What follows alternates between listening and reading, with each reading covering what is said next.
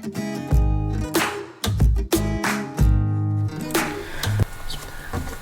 semua, assalamualaikum warahmatullahi wabarakatuh. Semangat pagi untuk teman-teman tradman kelas. Oke, video kali ini kita akan bahas tentang strategi red issue. Nah, strategi red issue itu biasa saya bagi menjadi 3 ya kalau saya. Yang pertama, beli sebelum kenaikan. Nih, sebelum kenaikan, jadi sebelum CAMD di RI nya itu jauh hari kita udah punya barangnya. Jadi ketika nanti ada demand yang ingin masuk untuk mendapatkan R, kita udah bisa jualannya ya. Yang kedua, gini lah contohnya kayak BBRI kemarin kan R nya sini ya, ini CAMD-nya lah, di sini kan ada kenaikan guys, ini kenaikan kan menuju harinya itu.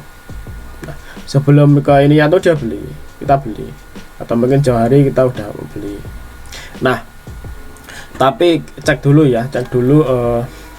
historis dia R nya yang dulu tuh berhasil apa enggak. Contohnya kayak ya kayak grup HT ya, grup MMC, Pak punyanya Pak Haritan, nggak tahu itu tuh selalu gagal ya. Makanya saya tuh nggak tertarik sama sekali dengan MMC. RI nya pasti gagal, nggak tahu kenapa harganya malah jatuh. Dia malah jatuh, bener-bener jatuh mendekati harga tebus R nya itu gitu guys. Jadi penting juga ya, karena ini juga dilihat nanti di prospektusnya gimana ya. Jadi teman-teman lihat prospektusnya, misalkan harga R nya tuh, harga sekarang misal harga induknya tuh 300, terus harga R nya 100 ya. Kemungkinan nanti akan banyak ya masuk, karena masih selisih. Kalau ada selisih 100, selama itu saya masih berani masuk ya, selama ada selisih 100 guys. Kalau udah mendekati loh ya, kalau mendekati 100.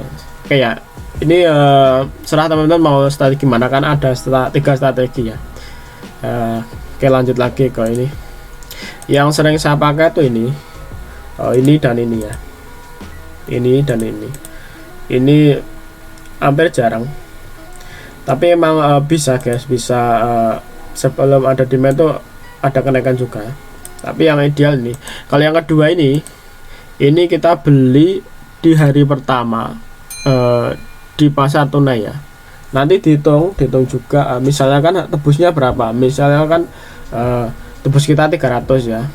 Nah, nanti teman-teman dibeli tunai itu, teman-teman tanpa punya saham bisa beli ini, tanpa punya saham sebelumnya bisa beli ini ya. Jadi teman nanti hitung ya, beli tebusnya misalnya di harga 300 dan harga induknya itu di 400 ya, misal harga induknya 400.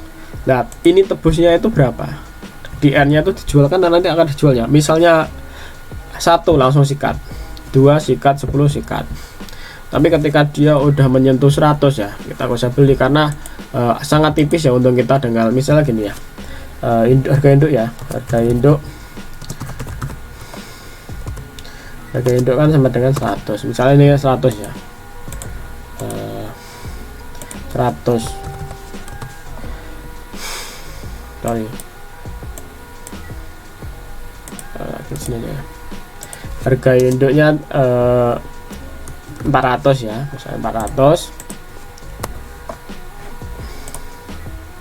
Terus harga tebusnya, nah tebusnya 300. Nah, jadi nanti ini harus selisih teman. Jadi nanti tebusnya ini 300 ini harus teman-teman wajib tebus kalau mau dapat R nya menjadi induk nih. Jadi kalau misalnya di sini 100, misalnya di sini kita dapat Rp1, jadi kita kan cuma ini kan modalnya kita kan cuma 1 + 1. Nah, ini yang saya lakukan di awal perdagangan ya, bukan gini loh, ya maaf ya, karena memang banyak yang retail kita yang belum tahu kayak gini. Jadi dia udah dia kan karena persenannya kan langsung tinggi kan. Nah, 1% kan langsung naik tinggi tuh di portofolio mereka. Dijual 5 udah naik tinggi, mereka seneng-seneng tuh. Padahal kalau kita dihitung ini kan bisa lebih murah. Ini, kita mendapatkan harga 400 padahal modal kita segini gitu. Nah ini biasanya di awal guys ya, di awal perdagangan biasanya akan dapat harga murah. Terus di akhir perdagangan juga bisa dicek ya, cuma induknya udah jalan kemana gitu loh. Nanti kalau jalannya udah mendekati ini kan kayak ini, idealnya 100 poin guys ya. Harga teoretisnya ini, harga induknya udah teoretis ya, sudah teoretis ya. Nah, ini lihatnya kalau udah teoretis kita bisa cek. Tapi kok nanti kan di keterbukaan nanti akan ada hitungannya ya, nanti ada infonya di keterbukaan nanti teoretisnya harga berapa, jadi kita tahu nanti. Jadi kayak gitu, jadi kita masih ada poin nih.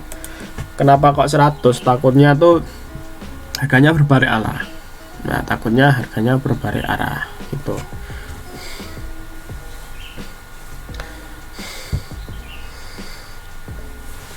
Kalau harganya berbalik arah kan 100 poin itu masih ya agak panjangan lah kita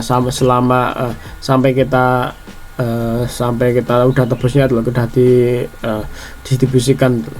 Gitu guys. Jadi intinya ada 3 ini. Cuma yang idealnya ini, kalau ini harus cek history ke belakang ya, teman-teman. Harus cek history ke belakangnya gimana. Kalau ini ya di perdagangan awal ya, ini perdagangan beli di awal perdagangan.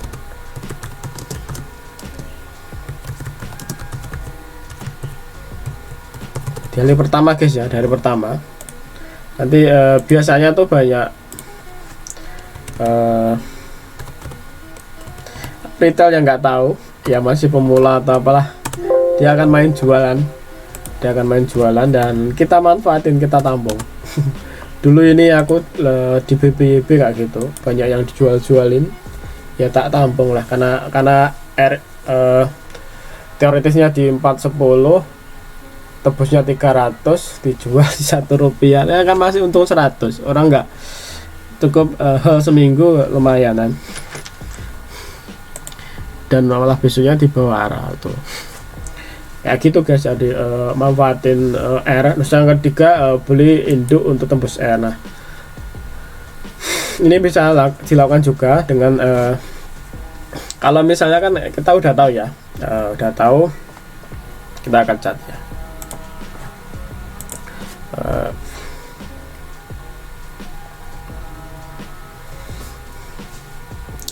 Nah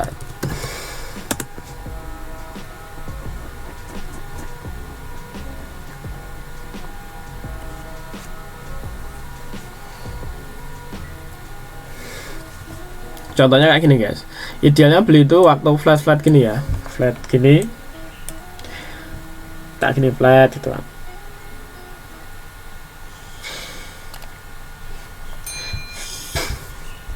Nah ini bisa dihitung tebusnya di mana, terus harga itunya di mana gitu. Jadi ketika sini kan taruhlah di 400 ini ya, 400 atau di arah sini lah beri. Nanti kita akan menuju teoretisnya ya. Jadi kita bisa dihitung ya. Nanti kita langsung ke rumus. Misalnya kita punya barang di sini ya. Misalnya punya barang di 4, 5, 10 ya. Coba ya, cek ya. Kita cek ke kalkulator. Kalau ini kita pakai kalkulator ya. Bisa dihitung teman. Ini pakai rasionya dia ya, ini biar kita valid. Tebusnya 300, rasionya new 1, 8, callnya 8, jadi lamanya 8 ya, ini ya 8, ininya 1 ya, 1 gitu. Terus tebusnya ini AVG nya tadi 450 ya, berapa tadi, misalnya kita beli di sini ya,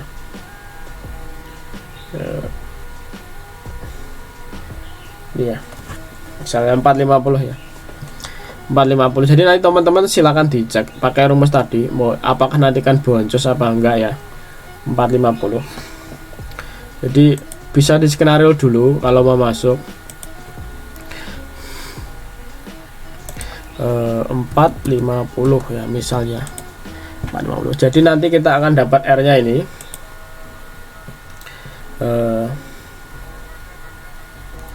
R nya ini, terus harga kok jadi 1000.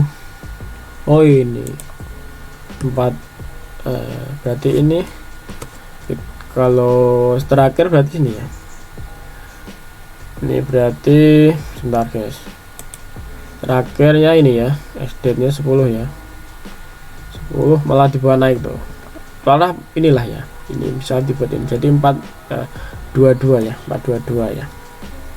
Jadi kita buat harga terakhir 422.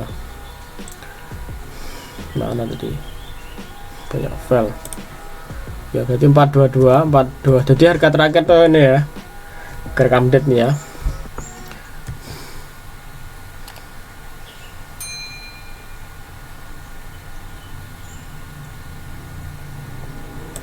Nah,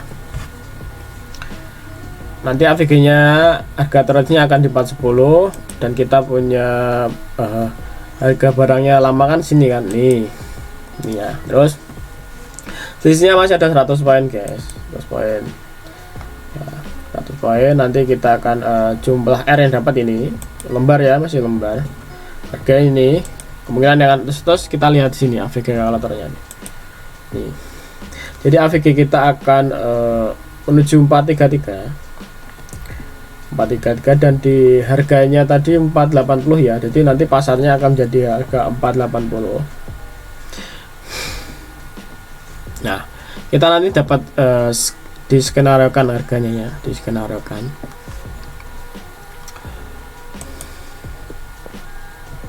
Ini misal kalau harga ke 400 ya kita boncos ya. Kalau misalnya di 500 ya kita untung ini 15 juta ini. Kalau misalnya tadi kan 450 balik ke AVG nya kita mah udah cuan 30 juta ini, 3 juta ini. Kalau 480 ya ini kita boncos ini, bukan boncos, untung ya, untung 10 juta ya. Kali 500 ya tadi 15 juta ini. Dan kemarin tuh naik nih. Setelah itu malah di bawah arah naik nih ya, untung.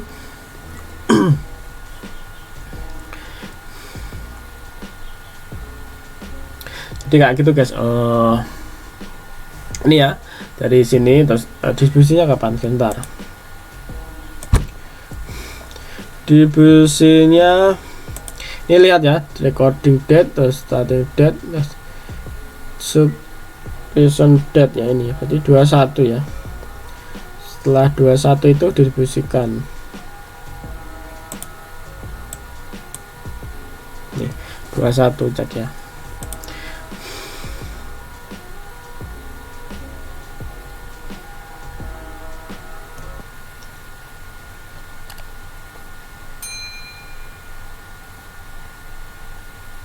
Inilah ya di sini ya. Jadi panah ke-33 sebenarnya ini udah balik lagi ke AVG kita. Kalau untung lah ke 44 ya, panah ke 44. Ini ya 44 tadinya. Dalam hati kita kan punya AVG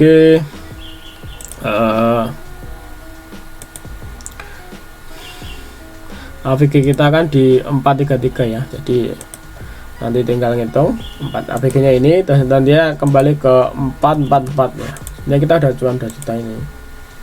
Yes, jadi kayak gitu sih, tinggal nanti teman-teman masukin harganya aja, masukin harganya ini terus ditambahin, karena sebenarnya gini, di RTC itu yang terutama yang teman-teman cek tuh di prospektusnya ya, siapa standby bayarnya gitu. Nah gitu guys, siapa standby bayarnya nanti kan menentukan juga tuh apakah nanti itu serap semua apa enggak gitu. Nah kurang lebih kayak gitu untuk strategi retiso. Ada 3 ini ya, pokok 3 ini yang ideal, yang paling menguntungkan banyak tuh ini guys ya. ini. Karena kenapa? Teman-teman bisa langsung jual di R juga. Misalnya beli R ya, beli R harga 1. Nanti kalau ketika harga R-nya naik, teman-teman bisa jual. Nah kayak gitu. Nah idealnya ada ini, paling aman untuk ini tuh ini ya, ini. Cuma teman-teman misalnya teman-teman emang udah beli emiten untuk swing atau dan emang udah target itu ada sesuatunya, misalnya kayak BBB ini, saya kan udah ya paham lah, ada sedikit info di situ, makanya saya beli dan tahu aja sampai saat ini, dan akhirnya naik tinggi kan, kayak gitu. Dan saya juga sempat nebus R-nya juga, karena orang banyak yang buang-buang itu, nggak tahu kak, dulu nggak ada yang nggak tahu, ada yang udah malas atau gimana, karena emang ya lama dibikin situ ya kan. Nah jadi emang idealnya itu ketika orang mau udah buang barang ya waktunya kita nampung gitu guys. Bisa jadi lama ini memang konsolidasi ya, bisa jadi itu ditampung pelan-pelan gitu. Oke, untuk strategi dan isu seperti itu. Nanti teman-teman kalau ada pertanyaan silakan ya ditanyakan di grup ya, biar kita sama-sama belajar, atau mungkin karena bursa kan terus berkembang ya, terus mengajari, jadi kita harus terus belajar. Oke, sampai ketemu di materi selanjutnya. Happy cuan and happy star, bye bye.